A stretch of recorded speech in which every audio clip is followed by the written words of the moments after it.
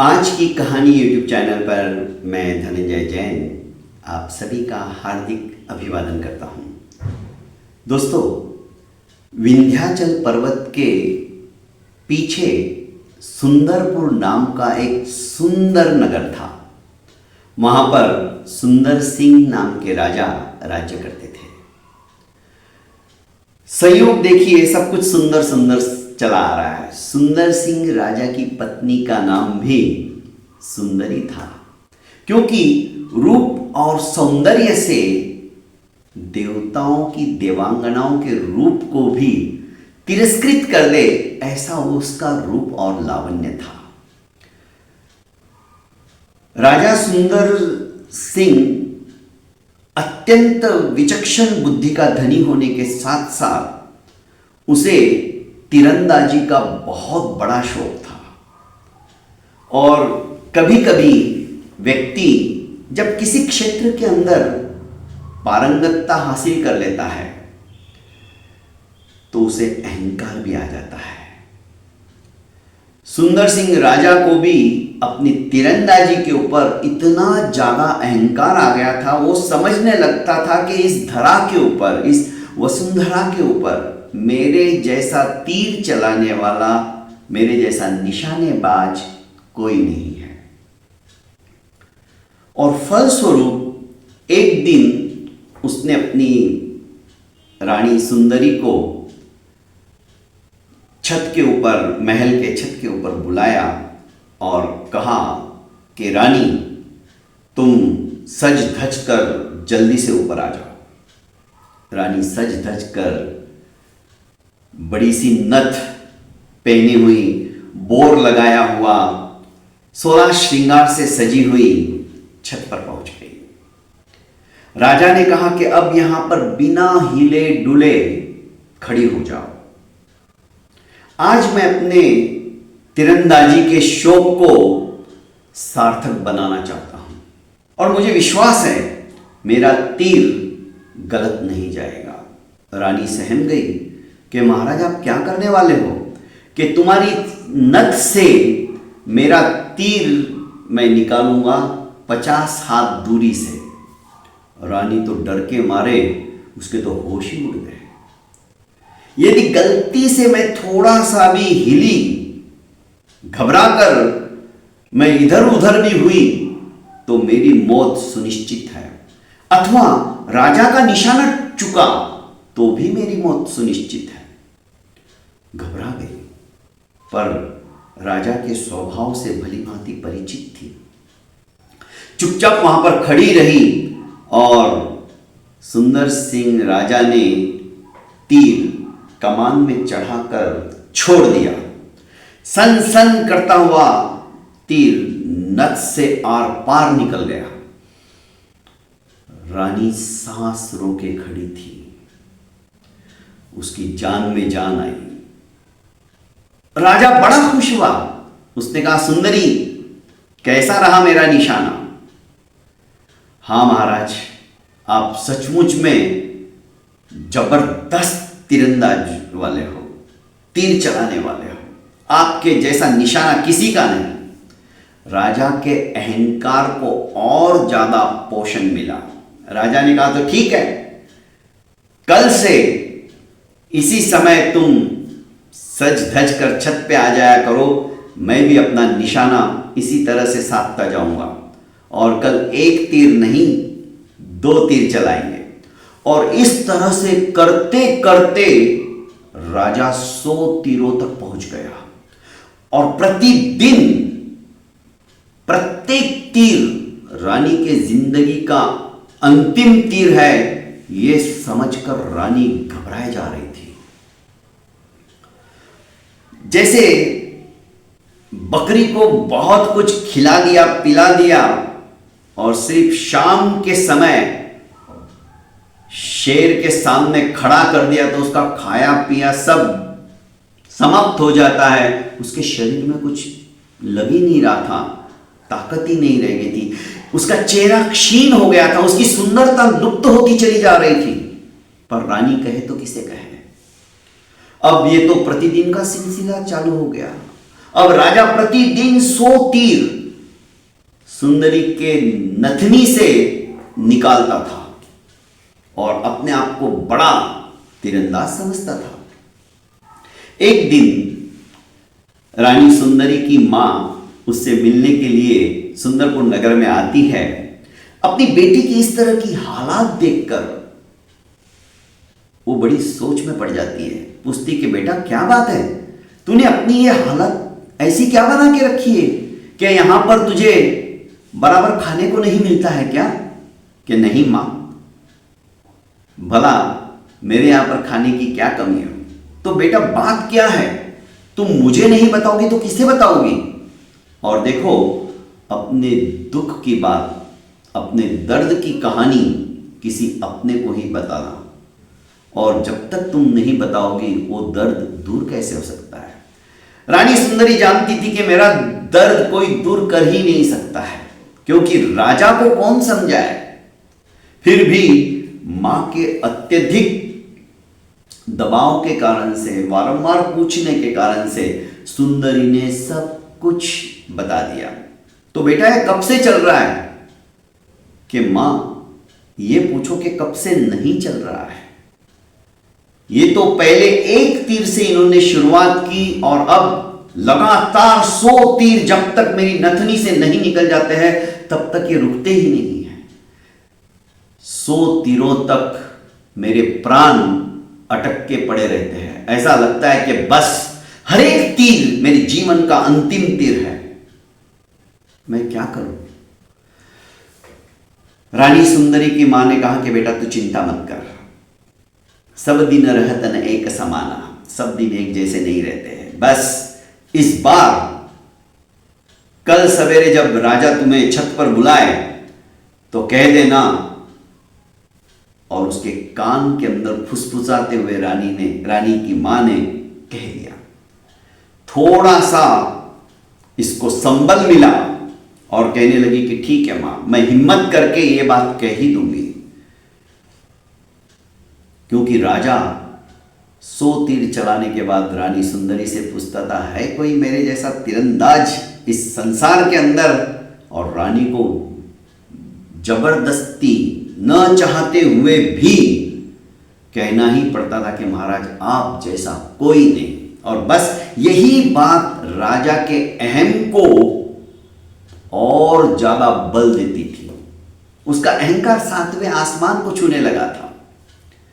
दूसरे दिन जैसे ही सुंदर सिंह राजा ने अपनी पत्नी सुंदरी को कहा कि आ जाओ छत पर, समय हो गया है, इसने कहा कि बस भगवान आज भी मेरे प्राणों को बख्श देना, आज तो मैं महाराज को बोल ही दूंगी जैसा कि मां ने कहा है, जो होगा देखा जाएगा। और जैसे ही सनासन 100 तीर नथनी से निकल गए, राजा ने फिर पूछा, कहो सुंदरी, आज तो कम समय में ही मैंने 100 तीर चला दिए, एक के बाद एक बिना रुके। सुंदरी ने कहा कि महाराज आप कह रहे हो तो ठीक है, पर ये जो संसार है ना, अलग अलग लोगों की प्रतिभा से संपन्न है। ये वसुंधरा नर रत्नों की खान है। इसमें सिर्फ अपने आप को ही सर्वस्व श्रेष्ठ समझना बहुत बड़ी भूल है। यदि आप बाहर निकलकर देखोगे तो आपको लगेगा समुद्र क्या चीज है।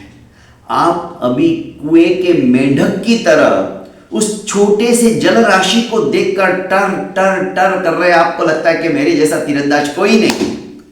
पर गुस्ताखी माफ करना महाराज, इस संसार में ऐसे हजारों नर रत्न भरे पड़े हैं जो आपसे कई गुना ज्यादा विचक्षणता रखते हैं अलग अलग क्षेत्र में। राजा को बात चुप गई, क्योंकि रानी ने आज तक अपने मुंह से ऐसे शब्द नहीं निकाले थे। राजा ने कहा, यदि मैं भ्रमण के लिए निकलता हूं और ऐसा कोई भी नर रत्न मुझे नहीं मिला तो महाराज आपका तीर है और मेरी नथनी नहीं, मेरी गर्दन है। मैं मरने के लिए तैयार हो जाऊंगी। वैसे भी तो वो तिल तिल कर मरी रही थी। बोल दिया। राजा ने कहा ठीक है, पर महाराज आपको आपसे ज्यादा सर्वश्रेष्ठ कोई मिल गया तो मैं 6 माह तक अपना मुंह तुम्हें नहीं दिखाऊंगा। मैं कल ही ऐसे विचक्षण, ऐसे शूरवीर, ऐसे नर रत्नों को देखने के लिए राज्य से बाहर जा रहा हूं। और राजा सुंदर सिंह सुंदरपुर नगर के राज्य की धुरा अपने महामंत्री के कंधों के ऊपर सौंप कर वहां से चल पड़ता है। अपनी नगर की सीमा को लांघते ही राजा के पास अश्व था, तेज गति से, द्रुत गति से चलने वाला। जैसे ही उसने अपने नगर की, सुंदरपुर की सीमा का लंघन किया तो एक काना आदमी, एक आंख जिसकी फूटी हुई है, आकाश की तरफ ऐसा देख रहा है और तालियां बजा रहा है। राजा को लगा कैसा पागल है ये, आकाश की तरफ क्या देख रहा है। राजा ने भी ऊपर की तरफ देखा तो उसको सूरज की प्रखर किरणों के अलावा कुछ भी नहीं दिखाई दे रहा था। आखिर राजा के आश्चर्य का पारावार तो था ही नहीं। उसने कहा कि भाई तुम क्या देख रहे हो? अरे तनिक रुको, मैं इंद्र की सभा के अंदर जो इंद्राणियां और देवांगनाएं नृत्य कर रही है उनका नृत्य देख रहा हूं, मुझे डिस्टर्ब मत करो। राजा ने कहा कि तुम्हें इंद्र की सभा यहां से दिखाई दे रही है? वापस एक बार राजा ने देखा, पर राजा को तो अनंत आकाश के अलावा कुछ भी नजर नहीं आ रहा था। ऊपर देखते देखते उस काणे आदमी ने कहा कि तुम कौन हो और इधर कहां जा रहे हो? उसने कहा मैं सुंदर सिंह नगर का राजा, सुंदरपुर नगर का राजा सुंदर सिंह हूं और मैं किसी ऐसे नर रत्न की खोज में जा रहा हूं जो कि जिसमें विचक्षणता भरी पड़ी हो। अरे तो रुको, ऐसे नर रत्नों को तो मैं भी देखना चाहूंगा। बस एक नर्तकी का नाचते नाचते पैरों में से पायल नीचे की ओर गिर गई है, वो आ ही रही है, वो मिल जाए तो मैं उसे उठाकर फिर तुम्हारे साथ मैं भी देखना चाहता हूं कि ऐसे शूरवीर नर रत्न कहां मिलते हैं। राजा का तो ये सुनते ही वहीं उसका घमंड तो चूर चूर हो गया था। ये एक आंख से काना है और इंद्र की सभा के अंदर हो रहे नृत्य को देख रहा है। उनका वार्तालाप चल ही रहा था कि एक सुंदर सी पायल ऊपर से आवाज करती हुई इस काणे व्यक्ति के पैरों के पास ही आकर गिरी। राजा के आश्चर्य का पारावार नहीं रहा। ये काना आदमी जो कुछ कह रहा था अभी 10 मिनट पहले, इतनी ऊपर से तो आने में तो टाइम तो लगेगा ही ना। और ये पायल सचमुच में आ गई और ये सचमुच में ऐसा दृश्य देख रहा था, नृत्य देख रहा था। इसके आगे तो मैं कुछ भी नहीं हूं। उस पायल को उठाकर काना आदमी देखने लगा और कहने लगा कि वाह क्या सुंदर पायल है, अब चलो मैं भी तुम्हारे साथ चलने के लिए तैयार हूं, मुझे भी ऐसे नर रत्नों को देखना है। राजा ने भी सोचा चलो 1 से 2 भले, पर राजा का घमंड कपूर की तरह उड़ गया था। थोड़ी दूरी चलने के पश्चात उन्होंने देखा एक तीरंदाज जिसके पास तीर और धनुष पड़ा हुआ है। दूर से ही वो देख रहा है कि अब आएगा तब आएगा, इंतजार कर रहा था किसी का। ये दोनों उसके पास पहुंचते और कहने लगते कि भाई क्या बात है, तुम्हारे पास धनुष बाण है और तुम किसका इंतजार कर रहे हो? अरे नहीं, मैंने एक तीर यहां से 100 कोस दूरी के ऊपर छोड़ा था, बस मेरा दोस्त उस तीर को लेके ही आ रहा है। पर तुम कौन हो? राजा ने कहा कि हम इस तरह से, मैं सुंदर सिंह राजा हूं, सुंदरपुर नगर का राज्य मेरा ही है और मैं ऐसे शूरवीर लोगों की खोज में निकला हूं, ये मेरा मित्र है। उसने कहा मैं भी तुम्हारे साथ चलूंगा, बस तनिक रुक जाओ। अरे भाई तुम अभी कह रहे हो कि 100 कोस दूरी पर तुमने तीर चलाया है और वो कोई तुम्हारा दोस्त लेके आ रहा है। भला 100 कोस दूरी से कोई आदमी भला आज के आज कैसे क्या आ जाएगा? उसको तो कम से कम 8-10 दिन लग जाएंगे। अरे नहीं, वो 100 कोस की दूरी सिर्फ 1 घंटे में जाकर वापस आ जाता है। उसको इतना ही समय लगता है। क्या बात करते हो? उनका वार्तालाप चल ही रहा था कि उसके तुनीर के अंदर जो तीर थे वैसा ही तीर लेकर एक लंगड़ा आदमी आता है और कहता है कि लीजिए आपका तीर। राजा के आश्चर्य का पारावार नहीं रहता है। लंगड़ा है एक पैर से और 100 कोस की दूरी 1 घंटे में तय करता है, और ये भी 100 कोस दूरी तक तीर चला देता है। क्या बात है? राजा का तो अहंकार वहीं चूर चूर हो गया। सोचने लगा, सुंदरी कहती थी सचमुच में ये वसुंधरा तो नर रत्नों से, नर पुंगवों से परिपूर्ण है। मैं एक को ढूंढने गया था, यहां तो मेरे को 2-3 मिल गए। चलो अभी तो 6 महीने मैं तो अपनी पत्नी को मुंह नहीं दिखा सकता हूं। इस बीच और कुछ ना कुछ नए लोगों से मुलाकात हो जाएगी।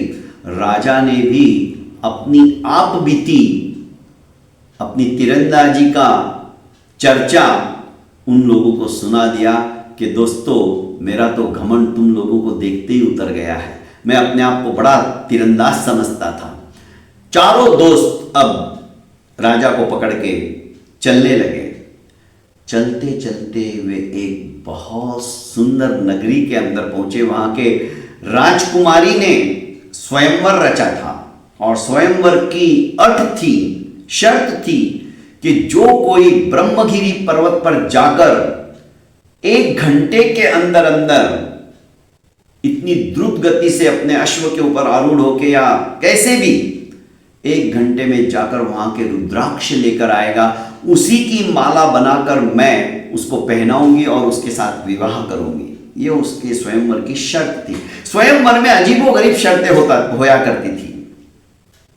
राजा ने कहा, भला 1 घंटे में ब्रह्मगिरी पर्वत पर कौन जाएगा?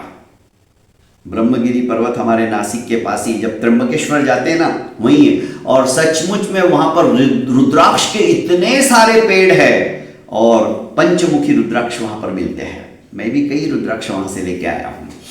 खैर, अब ये जब वहां पहुंचे और उन्होंने शर्त सुनी तो चारों दोस्तों ने, अब ये चारों मित्र बन चुके थे, उन्होंने मंत्रणा की कि अब क्या किया जाए।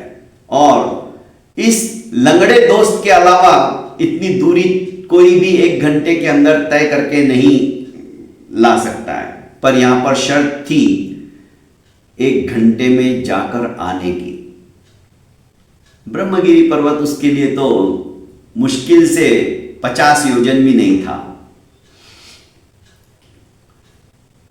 अब सबने तय किया कि बस इसी को भेजा जाए। राजा को कहा गया कि हम चारों मित्र हैं और हमारे मित्र के अंदर ये कला है, ये 1 घंटे में आपके शर्त के अनुसार वापस आ जाएगा। सभी आश्चर्यचकित हो गए। राजकुमारी भी आश्चर्यचकित हो गई कि ऐसे भी हो सकता है, संभव है, सब कुछ संभव है।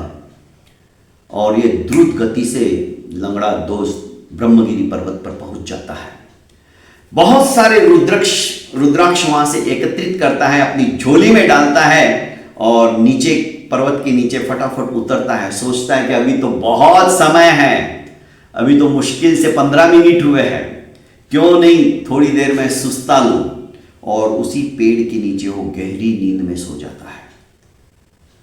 1 घंटे में अभी सिर्फ 15 मिनट बाकी रहते हैं। इधर इन सबको चिंता होती कि इतना विलंब लग रहा है। आज तक वो जो तीरंदाज था, उनका दोस्त जो 100 योजन की दूरी तक तीर चलाने में माहिर था, वो कहने लगा आज तक ऐसा नहीं हुआ है। मेरा मित्र तो पलक झपकते ही वहां पहुंच सकता था, जरूर कुछ ना कुछ अनहोनी हुई है उसके साथ। तो जो इंद्र की सभा दूरी से देख सकता था, जिसकी दिव्य दृष्टि थी, उसे कहा गया कि भाई देख कहां है वो, कि भाई उसकी झोली में तो बहुत सारे रुद्राक्ष है, पर वो तो सो रहा है पेड़ के नीचे। और एक अजगर, भयंकर अजगर उसको खाने के लिए जीभ लपलपाता हुआ उसकी ओर ही बढ़ रहा है। राजकुमार जो राजा थे सुंदर सिंह, उन्होंने कहा कि ये तो अनर्थ हो जाएगा, हम शर्त हार जाएंगे, तुम जल्दी कुछ करो। तो उस दिव्य दृष्टि वाले से इस तीरंदाज ने कहा कि भाई तुम उस अजगर के फण के ऊपर मेरा इस तीर का निशाना लगाओ, और जैसे तुम करोगे मैं तीर छोड़ दूंगा। तय हुआ। उस दिव्य दृष्टि ने उस तीर को उसी दिशा में बराबर उस जहरीले अजगर के फण की तरफ निशाना साधा, और जैसे ही उसने हूं किया, इसने तुरंत तीर छोड़ा। वो तीर जाकर सीधा क्षण भर मात्र के अंदर अजगर के फण को वेधता हुआ निकल गया। अजगर धराशायी होकर नीचे गिर पड़ा। अजगर के गिरने की आवाज सुनते ही यह लंगड़ा व्यक्ति उठ गया कि क्या धमाका हुआ, पर अपने ही मित्र का तीर देखकर समझ गया कि बात क्या हुई। उसने सोचा कि अब तो समय निकला जा रहा है। फटाक से उठा और समय के पूर्व ही 5 मिनट पहले वो पहुंच गया और कहा कि मैं रुद्राक्ष लेकर आया हूं। सभी तालियां बजाने लगे। सभी ने उन चारों की विचक्षणता देखकर कहा कि अब प्रश्न ये है कि तुम चारों मित्रों ने अपने अपने हिसाब से अपना योगदान दिया है। पहली बात तो राजा को, सुंदरपुर नगर के राजा ने सब कुछ सुना दिया कि मैं किस तरह से, मतलब हम लोग निकले थे, मैं निकला। यदि मैं ही होता नहीं तो शायद हम लोग मिलते नहीं और यहां तक पहुंचते भी नहीं। मेरे से ही शुरुआत हुई है। तो सभी ने कहा आप राजा भी हो तो आपको ही हक बनता है कि आप मेरी बेटी से विवाह कर लो। सुंदर सिंह ने कहा कि नहीं, मैं ऐसा नहीं कर सकता हूं। मेरी पहले से ही पत्नी है, मैं विवाहिता हूं। मेरी विवाहिता पत्नी सुंदरी के कारण से ही मैं निकला हूं, और मैं अब दूसरा विवाह नहीं करना चाहता हूं, क्योंकि मेरी पत्नी के अलावा मैं किसी के बारे में सोच भी नहीं सकता हूं। उस समय के राजा महाराजा भी एक पत्नी निष्ठा होने वाले थे। हमारे भगवान राम को ही ले लीजिए ना, सीता के अलावा उन्होंने किसी के लिए भी मन में विचार तक नहीं आने दिया। खैर, उस विषय में मैं फिर कभी जाऊंगा। तो राजा सुंदर सिंह ने मना कर दिया। बात आई फिर, ये यदि दिव्य दृष्टि से देखता नहीं अजगर को और सचेत नहीं करता तो शायद वो आ ही नहीं पाता, अजगर ही खा जाता उसे। तो उसने कहा कि नहीं, अजगर देखना ठीक है, पर मैं विवाह नहीं कर सकता, क्योंकि मैं तो स्वर्ग की अप्सराओं के नृत्य देखने में ही मुझे मजा आता है। पर मेरा दोस्त तीरंदाज यदि तीर नहीं चलाता, अजगर को नहीं मारता, तो शायद हम सफल नहीं हो पाते। अजगर मरा तो ये यहां तक पहुंच पाया, तो इसके साथ विवाह करा दो। पर उसने कहा कि नहीं, यदि ये खुद वहां पर भागकर नहीं जाता लंगड़ा व्यक्ति, और वो रुद्राक्ष नहीं लेता, ये तो हम मित्र हैं, एक दूसरे की सहायता करना हमारा कर्तव्य है। पर विवाह तो राजकुमारी ने जो तय किया था स्वयंवर के समय के, जो कोई रुद्राक्ष लेकर आएगा मैं उसी के साथ विवाह करूंगी, और ये हमारा दोस्त, इसी के साथ तुम्हारा विवाह होना चाहिए। सबने तालियां बजाई। एक दूसरे के प्रति त्याग कितना था दोस्तों का, और उस लंगड़े व्यक्ति का विवाह धूमधाम से उस राजकन्या के साथ में हो जाता है। दोस्तों, एक से बढ़कर एक इस वसुंधरा के ऊपर नर रत्न है, तो किसी भी चीज का अहंकार मत आने दीजिए। तपस्वी हो आप तो ये मत सोचो कि मैं सबसे श्रेष्ठ हूं। बहुत बड़े बड़े तपस्वी हो गए।